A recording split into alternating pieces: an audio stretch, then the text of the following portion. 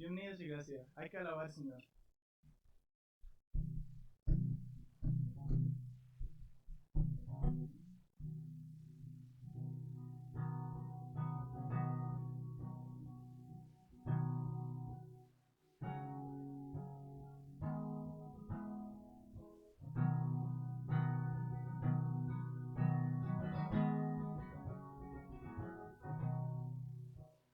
¿Quién soy yo para que en grande me acepte así? Me encontró en mi perdición su amor por mí, oh su amor por mí. Libre soy en él, libre en verdad. Soy hijo de Dios, si lo soy. Libre soy en merezca su gracia en mí. Aun siendo yo pecado, Él murió por mí. Él murió por mí. Libre soy en él, libre en verdad. Soy hijo de Dios, si lo soy. En tu casa, Dios, sitio hay para mí. Soy hijo de Dios, si lo soy. Escogido, perdonado, yo soy quien dices que soy. Vas conmigo a mi lado, yo soy quien dices que soy. Escogido, perdonado, yo soy quien dices que soy. Vas conmigo a mi lado, yo soy quien dices que soy. Escogido, perdonado, yo soy quien dices que soy. Vas conmigo a mi lado, yo soy quien dices que soy. Oh, yo soy quien dice que soy. Libre soy en él, libre en verdad. Soy hijo de Dios, si lo soy. En tu casa, Dios, sitio hay para mí. Soy hijo de Dios, si lo soy. En tu casa, Dios, sitio hay para mí. Soy hijo de Dios, si lo soy.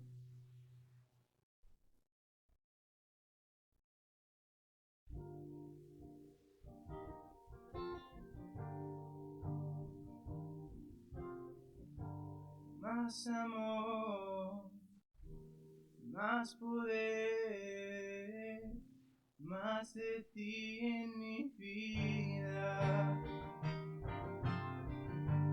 Más amor, más poder, más de ti en mi vida.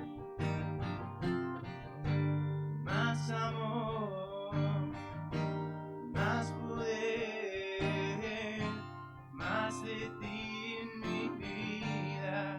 Y yo te adoraré con mi corazón. Y yo te adoraré con todas mis fuerzas. Y yo te adoraré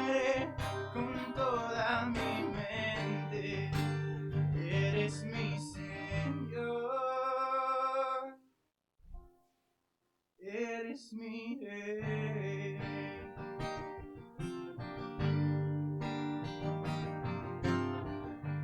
Más amor, más poder, más de ti en mi vida. Más amor, más poder, más de ti en mi vida. Y yo te adoraré con mi corazón. Y yo te adoraré con todas mis fuerzas. Y yo te adoraré con toda mi mente. Eres mi Señor, eres mi Rey.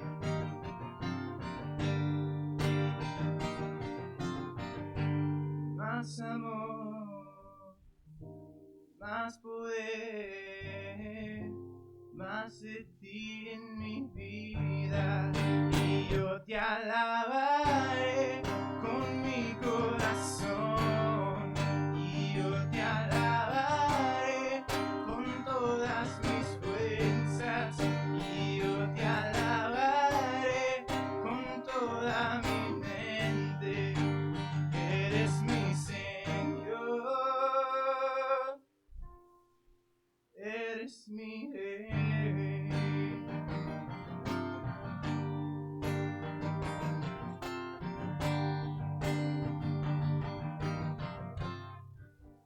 Más amor, más poder, más de ti en mi vida. Más amor, más poder, más de ti en mi vida.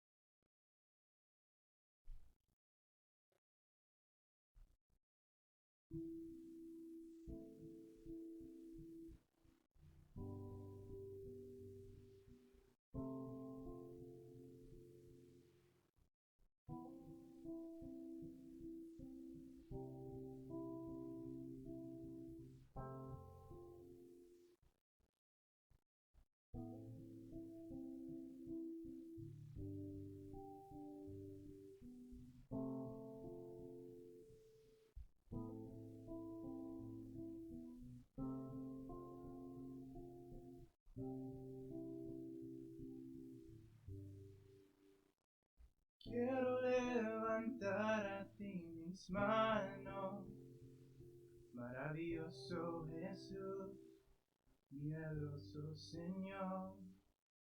Y en este lugar con tu presencia, haz descender tu poder a los que estamos aquí.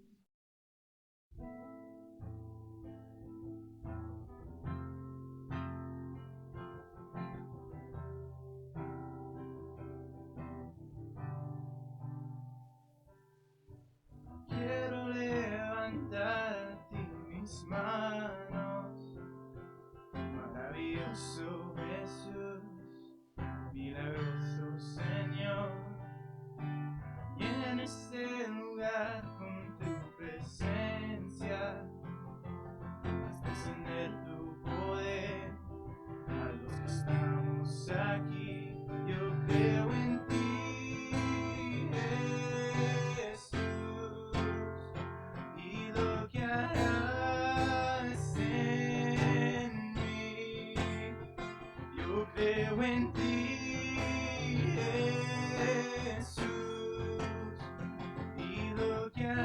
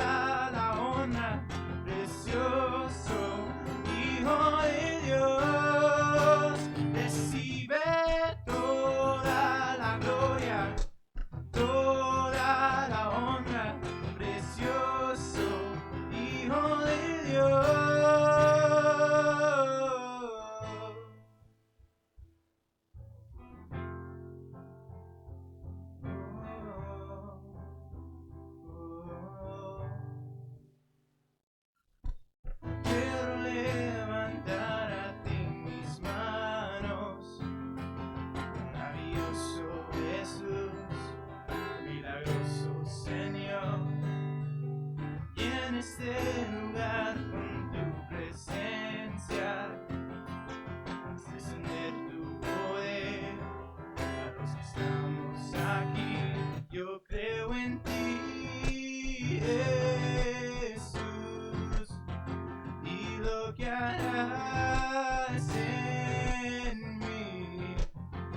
Yo creo en ti, Jesús, y lo que harás en mí, en mí, en mí.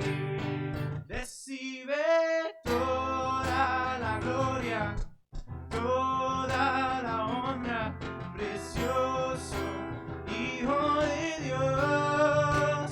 Recibe toda la gloria, toda la honra, precioso Hijo de Dios.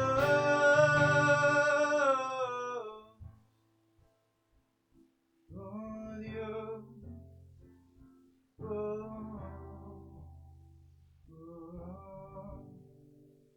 yo creo en ti, Jesús, y lo que harás en mí. Yo creo en ti, Jesús, y lo que harás en mí. Yo creo en ti, Jesús, y lo que harás en mí. Yo creo en ti, Jesús, y lo que harás en mí, en mí. Recibe toda la gloria, toda la honra, precioso Hijo de Dios.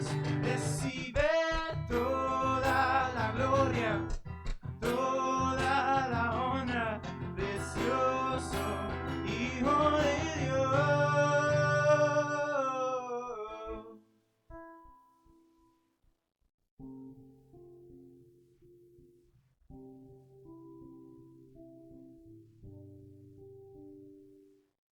Quiero levantar a ti mis manos, maravilloso Jesús, milagroso Señor, y en este lugar con tu presencia, haz descender tu poder a los que estamos aquí.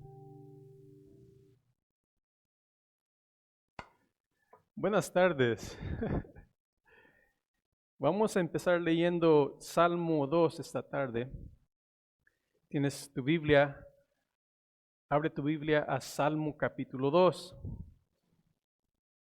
Dice Salmo 2, verso 1.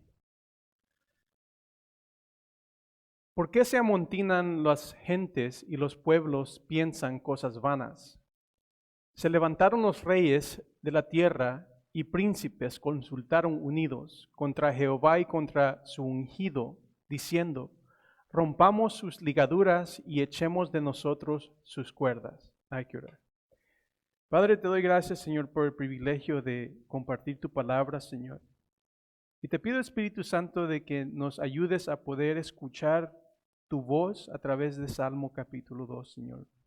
Ayúdanos, Señor, a mirar que el pelear contigo, Señor, es inútil, Señor, es vano. Tú siempre sales ganando, Señor. Y más que eso, Señor, quieres bendecirnos, Señor, y cómo pelear contra ti, Señor.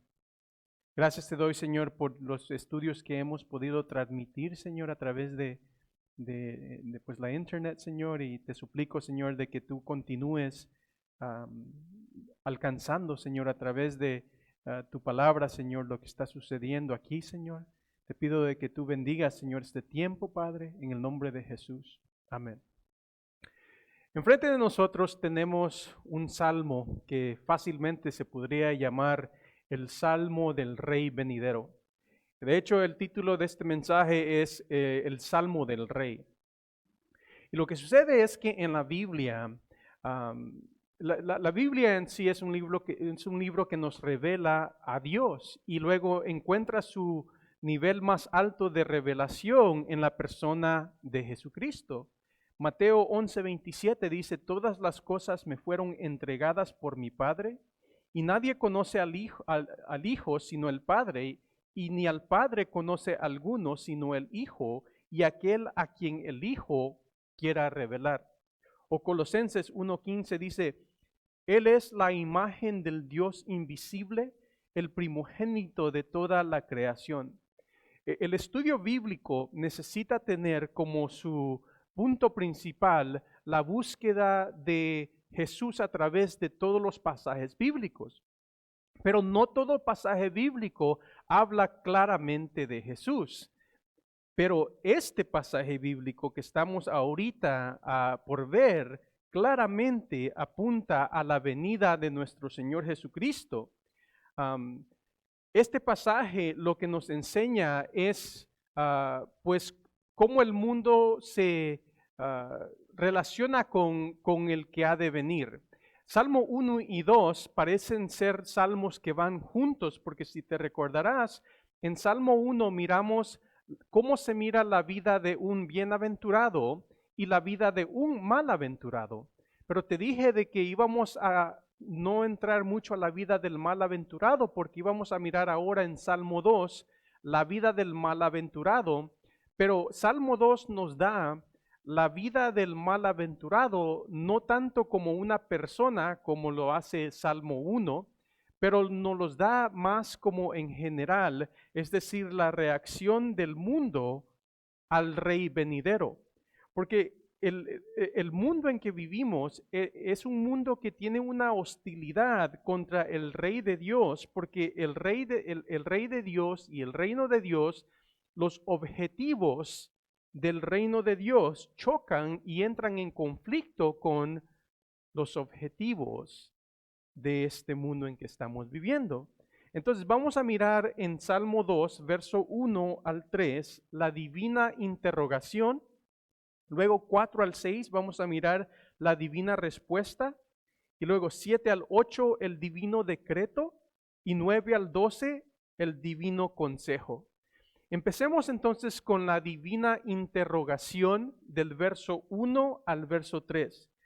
Dice ahí, ¿por qué se amontinan las gentes y los pueblos piensan cosas vanas? Se levantaron los reyes de la tierra y príncipes consultaron juntos, unidos contra Jehová y contra su ungido, diciendo, rompamos sus ligaduras y echemos de nosotros sus cuerdas.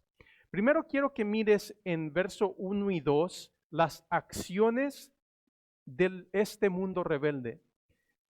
Empieza una interrogación. Entonces empieza Salmo 2 diciendo ¿por qué? Es Dios preguntando ¿por qué? Como en una forma de sorpresa, como diciendo ¿en qué mente cabe hacer lo que estás haciendo? El ángulo de la cámara, por decirlo así, en el verso 1 al 3, va cambiando de un ángulo amplio a un ángulo más exacto. A lo que me refiero es de que si te fijas en el verso 1 dice, se amontinan las gentes o las naciones, y luego va un poquito más para adentro y dice los reyes de la tierra, y luego se va un poquito más adentro y dice los príncipes. Entonces se va de las naciones a los reyes, a los príncipes. Es decir que el mundo, desde la persona más común hasta los reyes o los príncipes y líderes de este mundo, mira lo que hacen. En el verso 1 dice ahí que se amontinan. Esta palabra amontinan, en el lenguaje hebreo, donde se escribió esto, la idea es que se reúnen en protesta. Si miras la definición en español de esta palabra amontinan, ¿verdad? ¿Por qué se amontinan las gentes? La definición de esta palabra amontinan es hacer que un grupo de personas adopten una actitud de oposición contra una autoridad utilizando para ello la protesta, la desobediencia o la violencia. Entonces la pregunta que Dios hace es ¿por qué se amontinan? ¿Por qué se hacen en grupos para protestar, para expresar pues una protesta contra, y aquí empieza a decir contra quién están haciendo eso?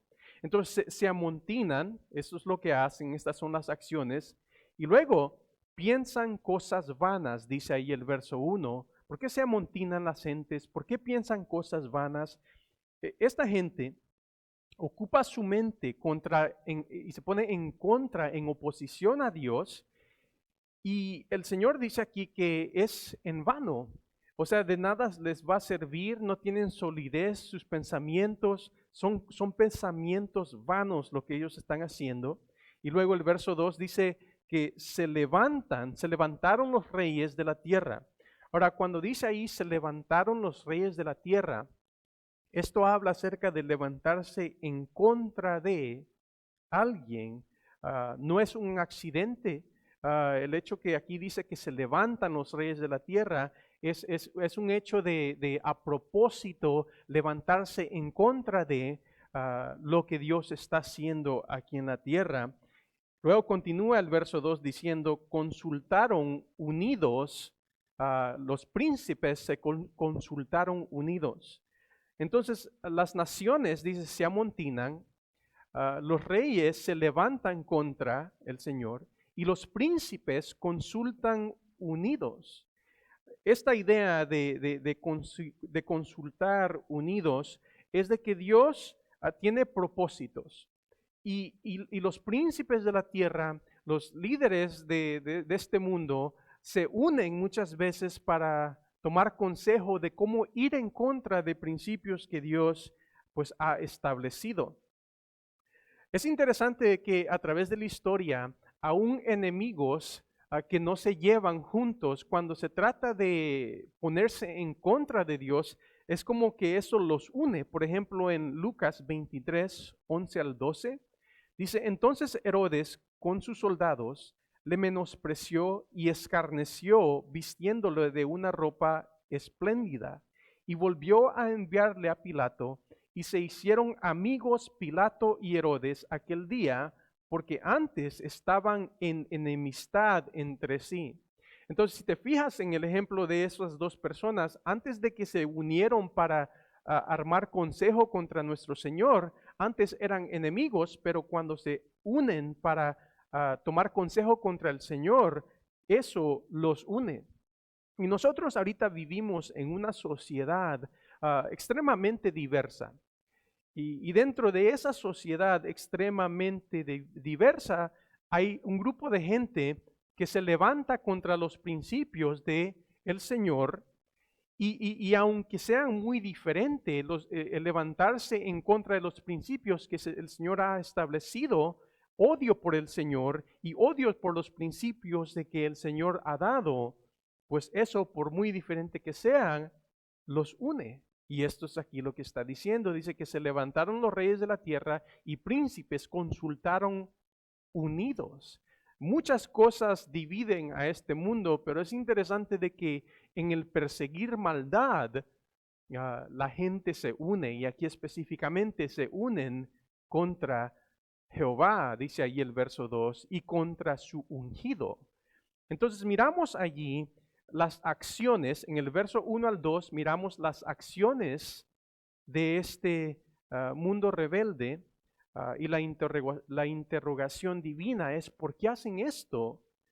¿En qué mente cabe de que ustedes se van a amontinar, que ustedes se van a levantar contra Dios, que ustedes van a tomar consejo contra Dios y contra su ungido? Eso es lo que este mundo hace, las acciones de este mundo. Se amontinan, se levantan, toman consejos unidos, pero mira los motivos que por qué hacen eso en el verso 3. Estos son los motivos. Los motivos de este mundo rebelde, en el verso 3 dice, rompamos sus ligaduras y echemos de nosotros sus cuerdas. Ahora, el verso 3 me dice a mí, me habla de los motivos de por qué se amontinan? ¿Por qué se levantan? ¿Por qué toman consejo unidos contra Jehová y contra su ungido? Es porque verso 3 dice, hay que romper sus ligaduras, hay que echar de nosotros sus cuerdas. Ahora, ah, esto es muy lógico. El hecho que se unan y tomen consejo entre ellos mismos y digan, hay que romper, hay que echar. ¿Cómo vas a romper los límites y las restricciones que Dios ha establecido? Es ilógico porque Dios ha puesto un orden en este mundo y si bien es cierto que nosotros como seres humanos hemos torcido ese orden, observa el mundo en que estamos viviendo. El mundo en que estamos viviendo es el resultado del ser humano torciendo los principios, las restricciones, los límites que Dios ha puesto. Nosotros como seres humanos los hemos torcido y estamos viviendo los resultados de hacer eso. Pero si te pones a pensar eso, ¿no? Como el mundo en que vivimos, como tuerce los principios que Dios ha puesto, pero nosotros somos culpables también de eso, ¿no? Si te pones a pensar, cuando yo considero mi vida y considero los problemas que he tenido, que tengo en mi vida, muchas veces, la mayoría de veces, son el resultado porque yo he querido tal vez no romper, no se pueden romper, no se pueden echar los límites y las limitaciones que Dios ha puesto, pero el tratar de torcerlos que trae toda clase de problemas. Jamás nosotros podremos romper cosas que Dios ha establecido. Tal vez las podremos torcer, pero jamás podremos romper cosas establecidas por Dios. Lo que Dios llama blanco continúa siendo blanco y lo que Dios llama negro continúa siendo negro. Por mucho que nosotros queramos ponerle otro nombre al pecado, lo que Dios dice es pecado, pues es pecado. Y entonces eso es lo que este mundo aquí, según verso 3, los motivos por qué se amontonan, por qué se levantan contra el Señor, por qué toman consejo unidos, es porque ellos, según verso 3, quieren romper las ligaduras y echar de ellos las cuerdas, como que si pudieran, como que si tuvieran la fuerza de hacer algo así que Dios ha establecido. Son motivos ilógicos y es una perspectiva muy torcida, porque ellos cuando hablan acerca de romper las ligaduras, de echar esas cuerdas, la idea de ligaduras, la idea de cuerdas, ellos lo consideran pues límites y restricciones. Y recuerda en Salmo 1 te dije de que el hombre bienaventurado tiene límites y tiene restricciones. Te dije en Salmo 1, ¿no? De que parte de la vida de un hijo de Dios es lo que el hijo de Dios no hace. El hijo de Dios reconoce de que Dios ha puesto límites y restricciones, pero la manera en que el hijo de Dios mira esos límites y restricciones es muy diferente a la manera en que la persona que se amontina contra Dios, que toma consejo contra Dios, que se levanta contra Dios, esa persona mira límites y restricciones y pues no le gusta. Y pues si te recuerdas bien, ¿no? Antes de que conocieras a Dios, no nos gustan los límites y las restricciones. De hecho, en este mundo, en esta cultura que vivimos, desde niño se nos enseñó de que nosotros debemos de buscar vivir una vida sin límite y sin restricciones. Y el hecho de que nosotros como cristianos, como hijos de Dios, prediquemos un evangelio que nos dice de que Dios sí ha puesto límites y restricciones, es pues no es muy popular ese mensaje, pero es una perspectiva de decir hay que echar hay que romper las ligaduras, hay que echar estas cuerdas. Es una perspectiva muy torcida porque Dios pone esos límites y restricciones con buen propósito. La persona que no conoce a Dios mira los límites y las restricciones como diciendo, me quieres robar mi libertad. Y es allí donde está el problema. Porque, porque el único que es verdaderamente libre es Dios. Mira lo que dice Juan 8, 34 al 36. De hecho, acabamos de mirar esto, ¿no? Los domingos hablábamos recién de esto. Solo Dios es libre. Mira lo que dice Juan 8, 34 al 36. Jesús le respondió, de cierto os digo, que todo aquel que hace pecado, esclavo es del pecado. Y el esclavo no queda en la casa para siempre. El Hijo sí queda para siempre. Así que si el Hijo os libertare, seráis verdaderamente libres. Porque solo Dios es libre. Todos nosotros existimos dependiendo de alguien o de algo para mantener nuestra existencia, no Dios. Dios es el único que es libre. Y por lo tanto, como Él es libre y luego es el creador, Él tiene el derecho de poner límites y restricciones sobre nosotros. Son parte de la vida de un hijo de Dios. Fíjate en Mateo 11, 28 al 30 dice, venid a mí todos los que estáis trabajados y cargados, y yo os haré descansar. Llevad mi yugo sobre vosotros y aprended de mí, que yo soy manso y humilde de corazón, y hallaréis descanso para vuestras almas, porque mi yugo es fácil y ligera mi carga. El Señor dice, mi yugo es fácil. Y nosotros como hijos de Dios, pues miramos el yugo, por decirlo así, las cuerdas que el Señor pone sobre nosotros y no las miramos nosotros como, como una cosa opresiva. De hecho, nosotros miramos eso como evidencia del amor y el cuidado que el Señor nos tiene a nosotros. Pero la persona que no conoce a Dios lo mira como algo opresivo. Entonces la pregunta sería para ti, ¿cómo tú miras los límites y las restricciones que Dios pone en nuestras vidas? Y dependiendo de cómo tú miras esos límites y restricciones que Dios pone y nos habla acerca de en la palabra,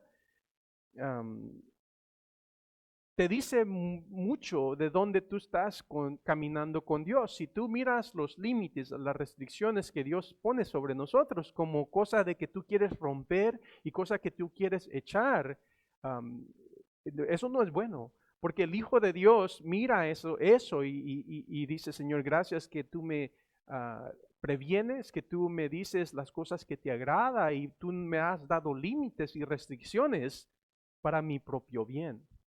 Pero esto es lo que tenemos aquí en el verso 1 al 3 de Salmo 2, la divina interrogación, Dios preguntándole a las naciones, ¿por qué? ¿Dónde te entra en tu mente? ¿Cómo crees de que tú vas a ganar? ¿Cómo tú crees que te vas a levantar contra un Dios todopoderoso? Esa es la divina interrogación. ¿Cómo vas a romper estas cuerdas? La Biblia en otra parte dice que las cuerdas de Dios son cuerdas de amor. Pero la divina interrogación, verso 1 al 3. Luego tenemos la divina respuesta, verso 4 al 6. La divina respuesta, mira lo que dice el 4 y 6, al 6. El que mora en los cielos se reirá. El Señor se burlará de ellos. Luego hablará a ellos en su furor y los turbará con su ira. Pero yo he puesto mi rey sobre Sión, mi santo monte. Mira cómo responde la divina respuesta. En el verso 4, miro que el Señor, la manera en que responde el Señor en el verso 4 es con humor.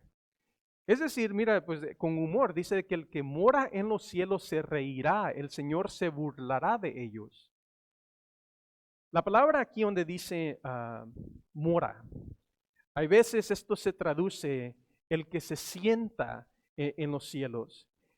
Es cómico, dice que se ríe porque Él está sentado en los cielos, mientras que en el mundo, a través de los siglos, han habido mucha gente que se ha levantado en oposición al reino que Dios ha establecido. Y lo chistoso es que el trono de Dios continúa y el reino de Dios se continúa extendiendo, mientras que los poderes mundiales de este mundo, como Egipto, como Asiria, como Babilonia, como los griegos y los romanos, todas estas naciones poderosas que dominaron el mundo han desaparecido como poder mundial. Pero el reino de Dios y su plan continúa en marcha. Entonces dice el que mora en los cielos. Los reinos de este mundo van y vienen, pero el reino de Dios continúa extendiéndose. Y por lo tanto dice que se reirá y se burlará, dice el verso 4, dice de que se reirá el Señor y se burlará de ellos. Es cómico. Piensa, por ejemplo, en Faraón, aquel hombre en Egipto que un día se le metió a la mente de que el pueblo de Dios era demasiado grande y que la solución era destruir al pueblo de Dios, matando, ahogando a los israelitas. ¿Te recuerdas de esta historia, no? Y entonces lo que sucedió, ¿qué es lo que hizo Dios? Fue de que la hija de el hombre Faraón encuentra un día un bebé flotando en una canastita en el río Nilo. Obviamente estoy hablando de Moisés. Y nos dice en Hechos 7, 21 al 22, pero siendo expuesto a la muerte, la hija de Faraón le recogió y lo crió como a su hijo suyo. Y fue enseñado Moisés en toda la sabiduría de los egipcios y era poderoso en sus palabras y obras. ¿Ves? Mientras Faraón trataba de destruir el pueblo de Dios y los planes de Dios con eso, Dios en respuesta hace de que en su soberanía bebé Moisés sea hallado por la hija de ese hombre malvado, y Moisés crece en el palacio del faraón, siendo entrenado, siendo educado con todos los recursos de ese hombre malvado. Y un día, ese mismo hombre que fue educado con todos los recursos del hombre que estaba tratando de destruir el pueblo de Dios, ese hombre se levanta como el instrumento que Dios usaría para traer para abajo ese imperio tan poderoso que quiso levantarse contra el Dios de la Biblia. Te pudiera dar muchos ejemplos así que es cómico, por eso es que aquí dice que el que mora en los cielos se reirá, el Señor se burlará de ellos.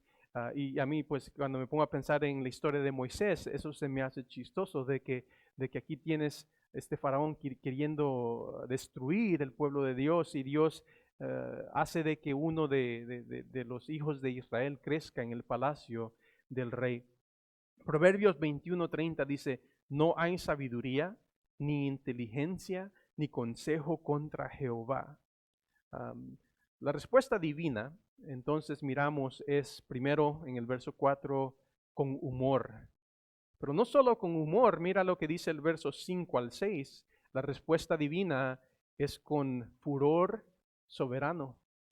Dice el verso 5, luego hablará a ellos en su furor y los turbará con su ira. Pero yo he puesto mi rey sobre Sión, mi santo monte. Ahora, cuando dice aquí, hablará a ellos en su furor.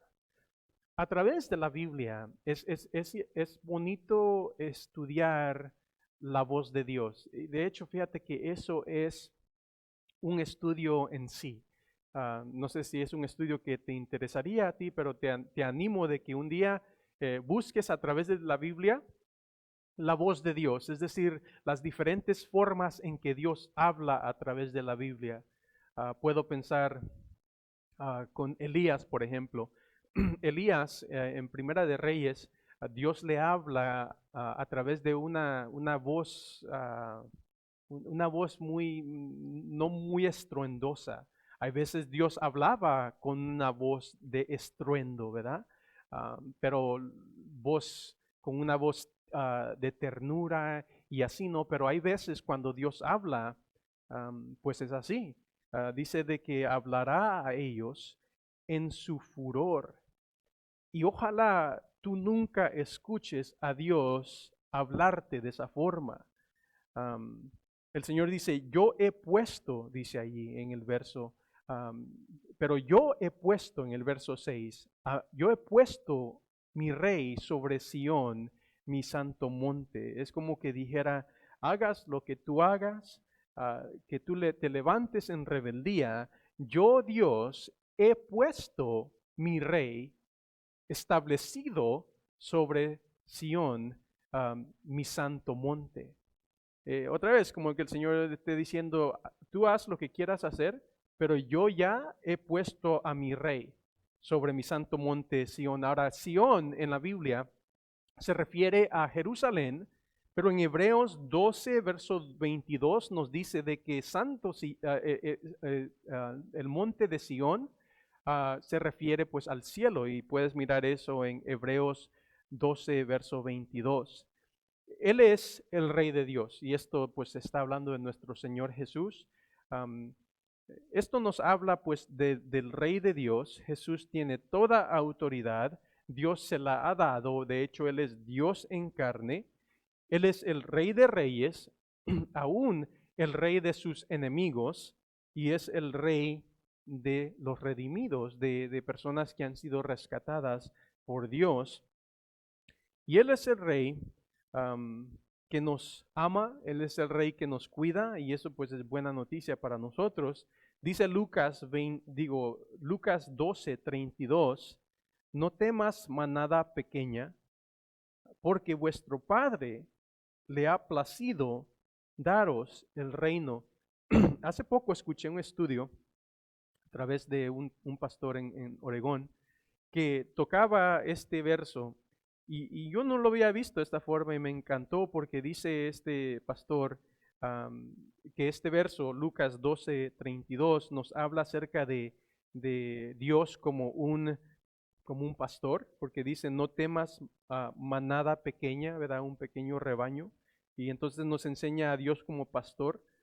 Pero luego dice también de que nos habla acerca de que Él es nuestro Padre, porque dice, porque vuestro Padre, um, pero también nos dice que es nuestro Rey, le ha placido daros el reino. Entonces tenemos a Dios como nuestro pastor, como nuestro Padre, pero como un Rey completamente soberano.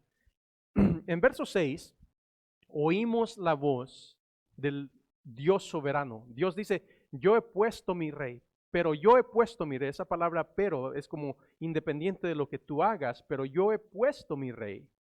Es la voz de un Dios soberano sobre, sobre Sión, mi monte santo. Entonces, esa es la voz del Dios soberano. Pero luego en el verso 7 vamos a mirar que podemos escuchar la conversación entre el Dios soberano y el rey de que él dice ha puesto sobre su monte.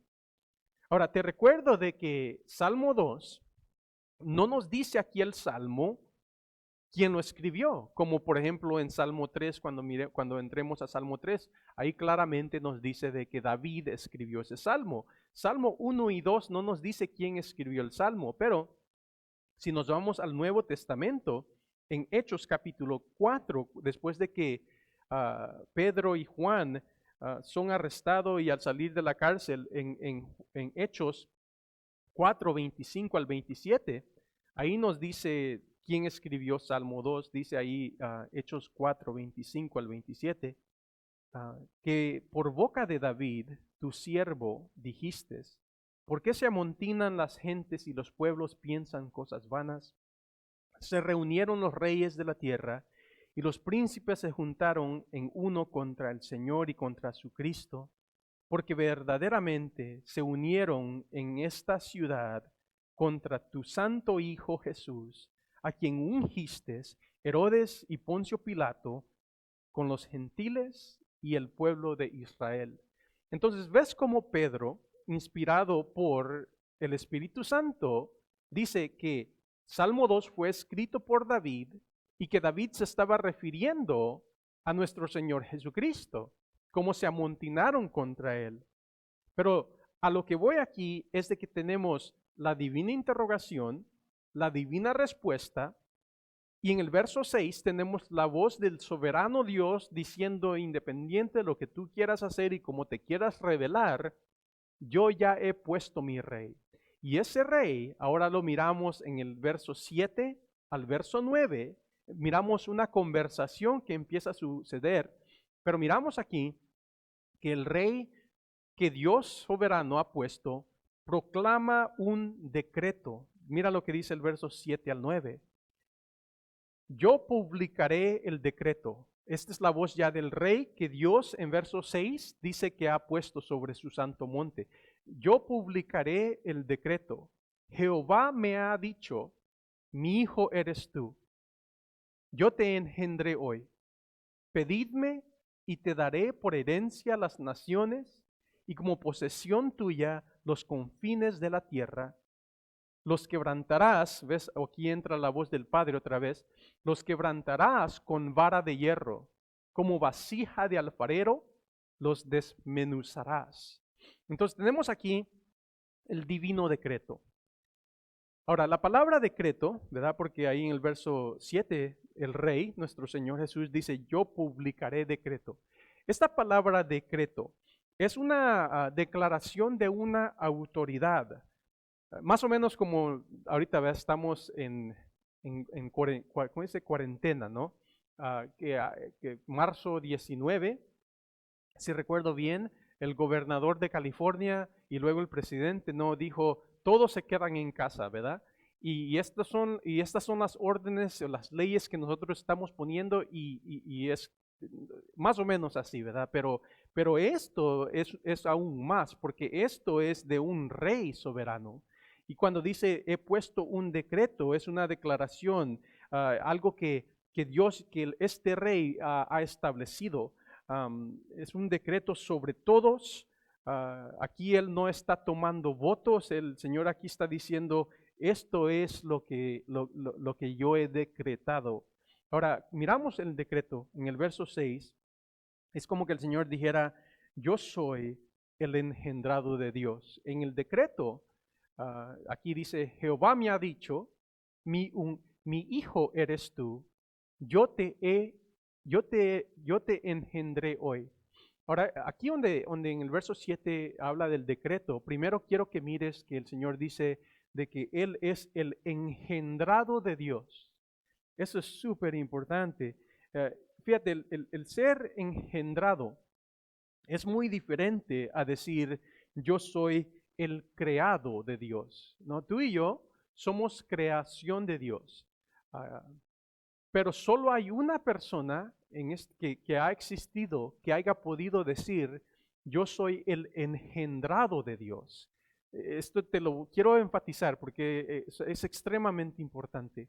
Jesús no es el creado de Dios. Jesús no es una creación de Dios. Jesús es el engendrado de Dios. Por eso nos dice en Primera de Juan 4:9, en esto se mostró el amor de Dios para con nosotros, en que Dios envió a su Hijo unigénito, es decir, al engendrado, al mundo, para que vivamos por Él.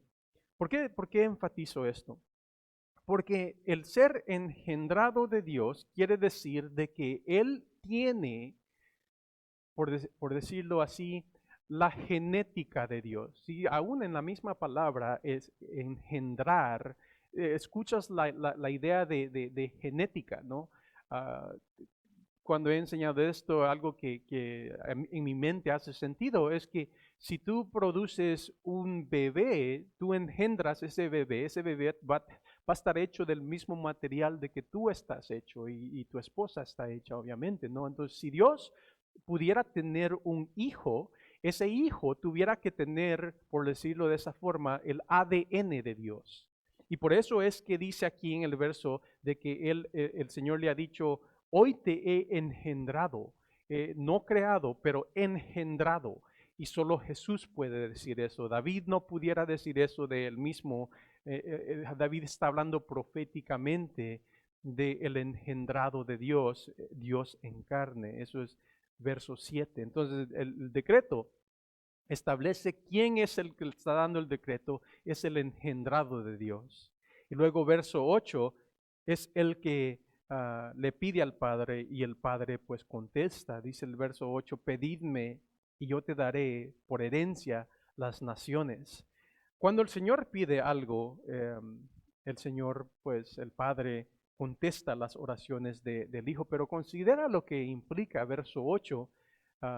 El verso 8, el Padre le dice al Hijo, pedid y te daré por herencia las naciones y como posesión tuya los confines de la tierra. Estas naciones que dice aquí que si el Hijo pide, que el Padre lo dará, son las mismas gentes que en el verso 1 se amontinan contra Dios. Y eso se me hace súper interesante a mí porque es esos mismos rebeldes como yo, que me amontinaba contra Dios, que tomaba consejo contra Dios, me levantaba contra Dios y sus principios, queriendo echar de mi vida todos los límites y todas las restricciones que yo sentía eran muy pesadas sobre mí. Son personas como yo, de que el Señor sale a conquistar. Y por su misericordia el Señor pues captura a rebeldes como yo. Y aquí en el verso 8 Dios le dice al Hijo, pídeme y yo te daré las naciones como tu herencia y los confines de la tierra como tu posesión. Hay veces nosotros decimos, hay que recibir a Dios, hay que recibir al Señor como nuestro Señor, ¿verdad? Y se entiende eso, pero la verdad del asunto es que el Señor es Señor aunque tú lo recibas o no. Cuando nosotros recibimos al Señor, es como que nosotros estamos diciendo, reconocemos tu lugar en nuestra vida, de que tú siempre eres el que ha tenido autoridad. Ahora simplemente yo me rindo a la autoridad que correctamente tú es tuya, tú mereces. Salmo 46, verso 10 dice, estad quietos, conoced que yo soy Dios, seré exaltado entre las naciones, enaltecido seré en la tierra. O sea, es un hecho, pues, nosotros como cristianos hacemos lo que Dios nos manda. El Señor dice, id a través de todo el mundo, no, haced a todas las naciones, haciendo discípulos, bautizándolos en el nombre del Padre, el Hijo, el Espíritu Santo, enseñándoles que hagan todas las cosas que yo os he mandado. Y nosotros obedecemos eso.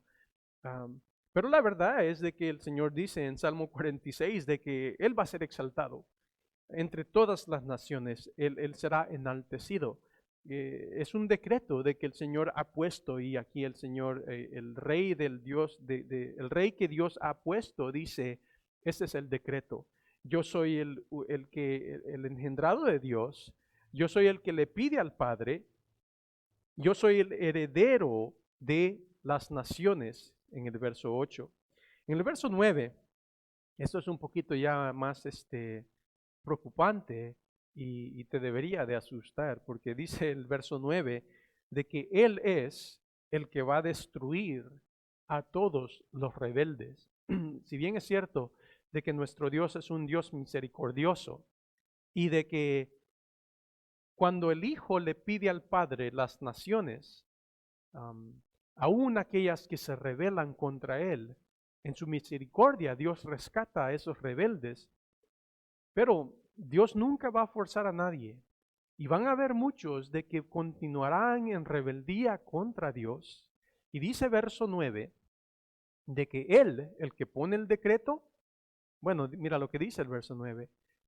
El Padre le dice, los quebrantarás con vara de hierro, como vasija de alfarero, los desmenuzarás. Piensa en esto. Considera la imagen de que verso 9 pinta. La imagen que verso 9 pinta es la imagen de una vara de hierro pegándole a una vasija de un alfarero. ¿Te puedes imaginar eso?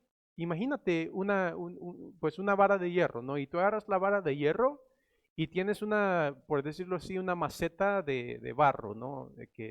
Y agarras la barra y le pegas a la maceta de barro, ¿Cuánta resistencia crees de que va a poner esa vasija de barro a la barra de hierro? No, no mucha. Ah, esa es la imagen que esto está pintando. La imagen es de que la vasija de barro, cuando la barra de hierro le pegue, es extremadamente frágil.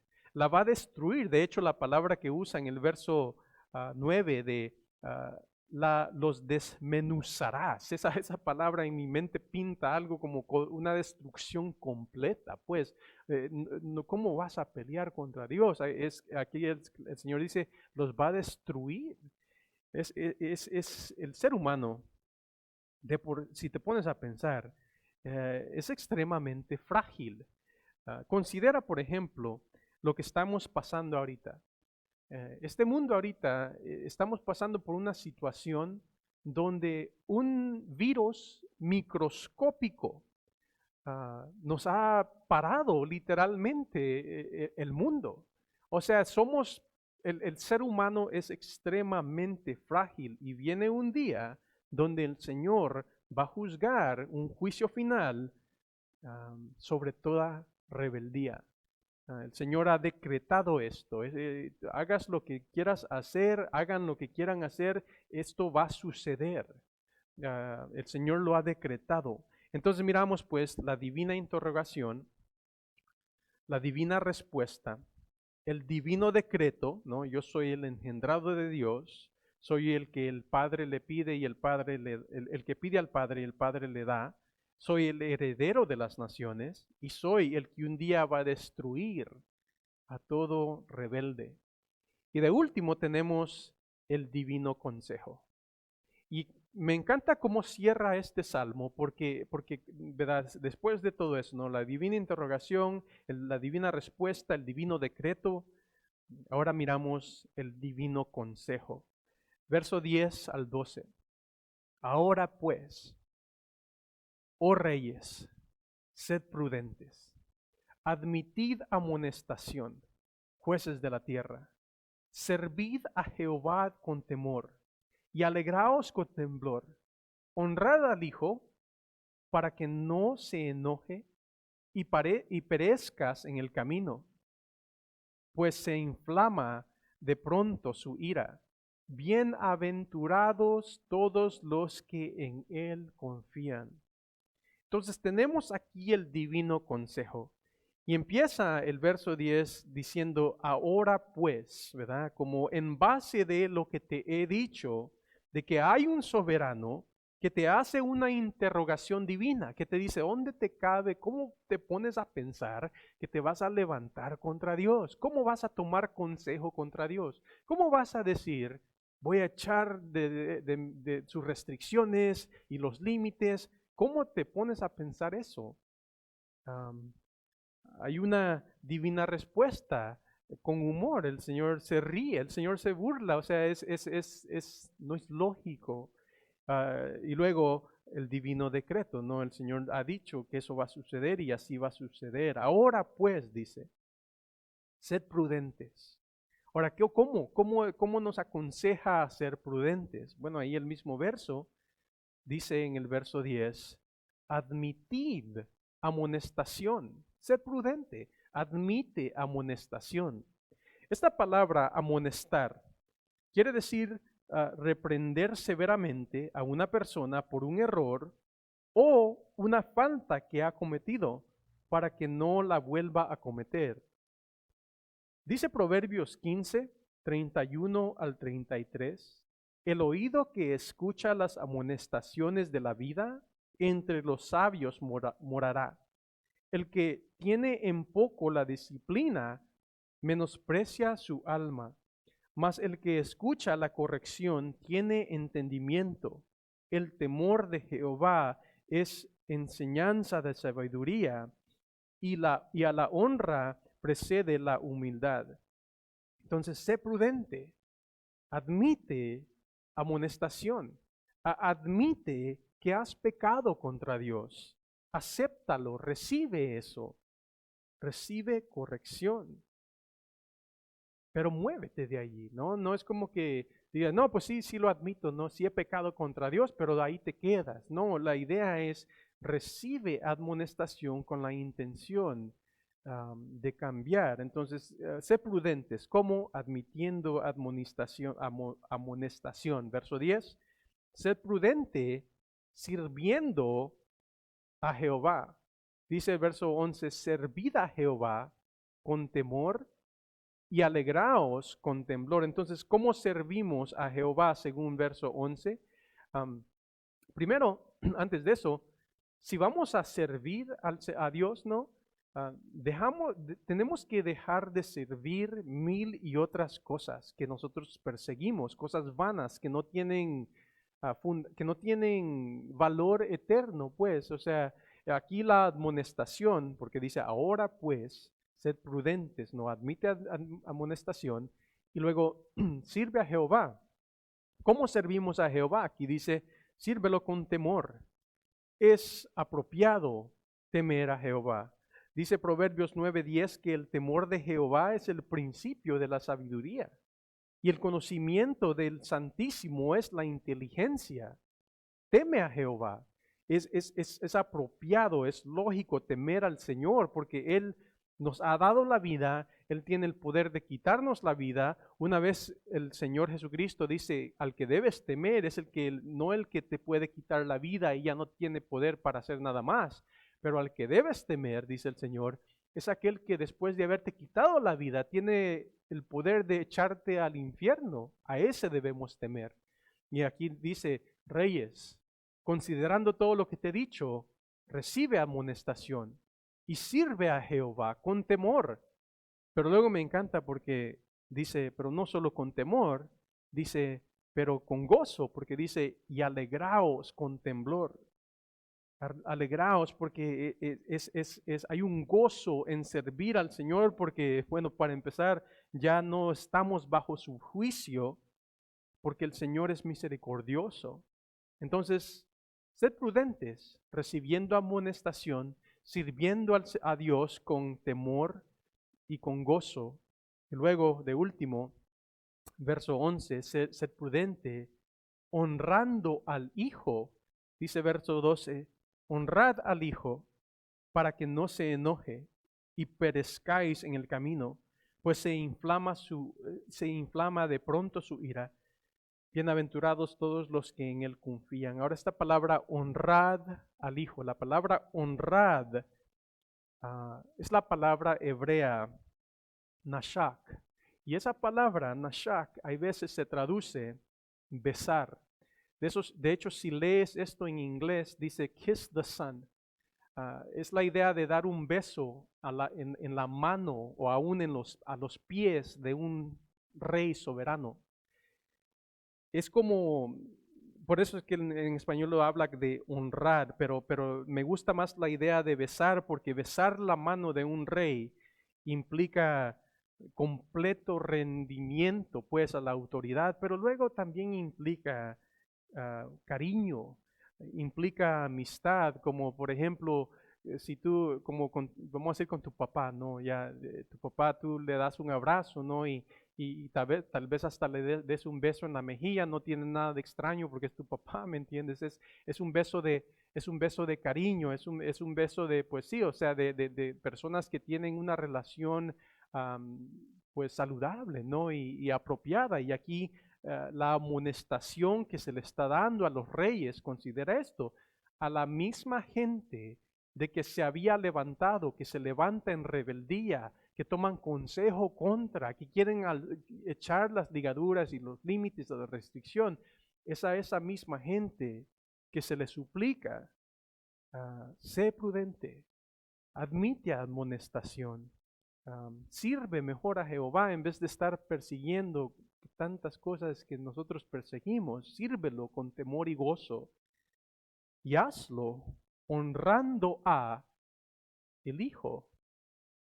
Considera de que otra vez se le está diciendo esto a un grupo de personas rebeldes como tú y yo. Pero mira cómo termina, y aquí terminamos, cómo termina este salmo después de todo eso, ¿no? De la divina interrogación, de la manera en que el Señor responde. del decreto de que él da y luego pues el consejo aquí que está dando. Termina el Salmo, la última parte del verso 12, diciendo, bienaventurados todos los que en Él confían. Termina Salmo 2 hablándonos otra vez del bienaventurado. Salmo 1 nos habló del bienaventurado, del verso 1 al 3, ¿no? Y del 4 al 6 nos habló de la vida del malaventurado. Pero ahora todo el Salmo 2 ha sido básicamente hablándonos acerca de las naciones malaventuradas, pero Dios en un corazón tierno diciéndoles, les aconsejo que sean sabios, que mejor se rindan a Dios, que honren al Hijo, y bienaventurados todos aquellos que en Él confían. Entonces, ¿cómo está tu relación con el Rey que Dios ha establecido? ¿Miras tú al Rey que Dios ha establecido como aquel que tú honras, como aquel, por decirlo así, que tú besas la mano de Él? O sea, ¿es alguien de que tú le tienes cariño? ¿O es alguien de que tú miras el yugo que Él dice que es fácil y lo miras como algo que tú quieres deshacerte de? Le suplico al Señor de que ese no sea tu caso, de que tú puedas mirar los límites, las restricciones que Él pone sobre nosotros como una expresión de amor que Él tiene por nosotros. Y así cerramos con este salmo, hermanos. Espero de que sea de bendición para ustedes y que compartan lo que el Señor les ha enseñado a través del Salmo 2 con personas que pues necesitan escuchar lo que el Señor tiene para ellos. Vamos a orar. Padre, te doy gracias otra vez, Señor, por el estudio de Salmos, Señor. Para mí ha sido de tanta bendición, Señor, pasar tiempo escudriñando, Señor, los Salmos. Te suplico, Padre, de que sea para bendecir, Señor, y sea para animar a tu pueblo, Señor, a perseguirte de todo corazón, sabiendo de que tú, Señor, eres soberano, de que has declarado, Señor, que tú has hecho un decreto de que no cambiará, Señor, independiente de lo que la gente haga, Señor, o no haga. Tú eres Rey, tú estás en control, Padre, y estás pronto por regresar. Te pido esto en el nombre de Jesús. Amén.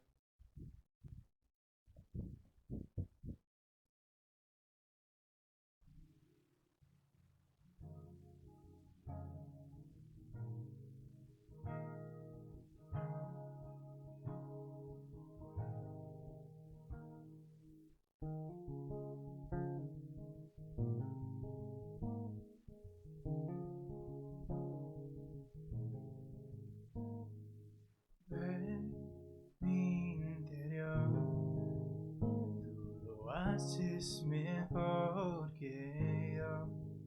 Tal vez ya no esté lo que hiciste en mí, pero aún así puedo encontrar. Camina junto a mí, bajo el sol, el cielo y junto al mar.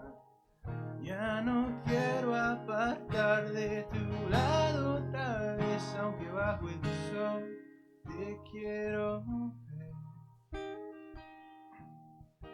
Dame tus ojos en tiempo de oscuridad. Dame tus manos tan llenas de tu amor. Quiero ese corazón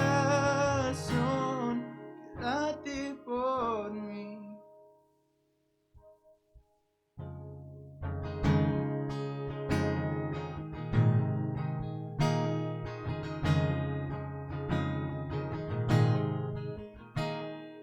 Cuando empezó, cuando te convertiste en llorar, ya no quiero soñar, quiero estar junto a ti, quiero respirar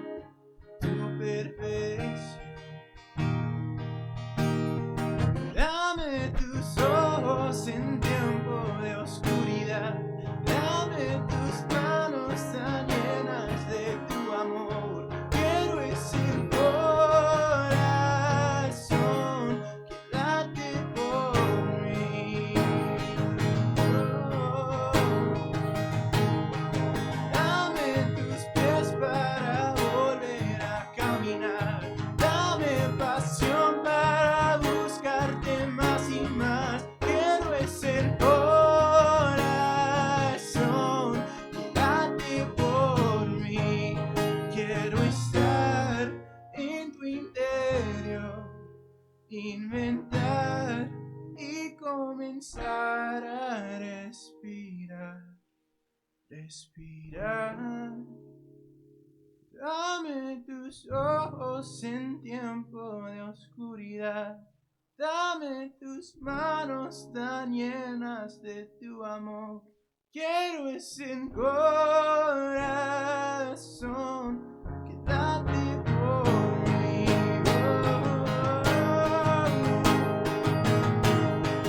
Dame tus pies para volver a caminar. Dame pasión para buscarte más y más. Quiero ese corazón que late por mí.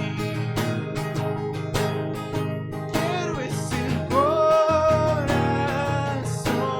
que late por mí.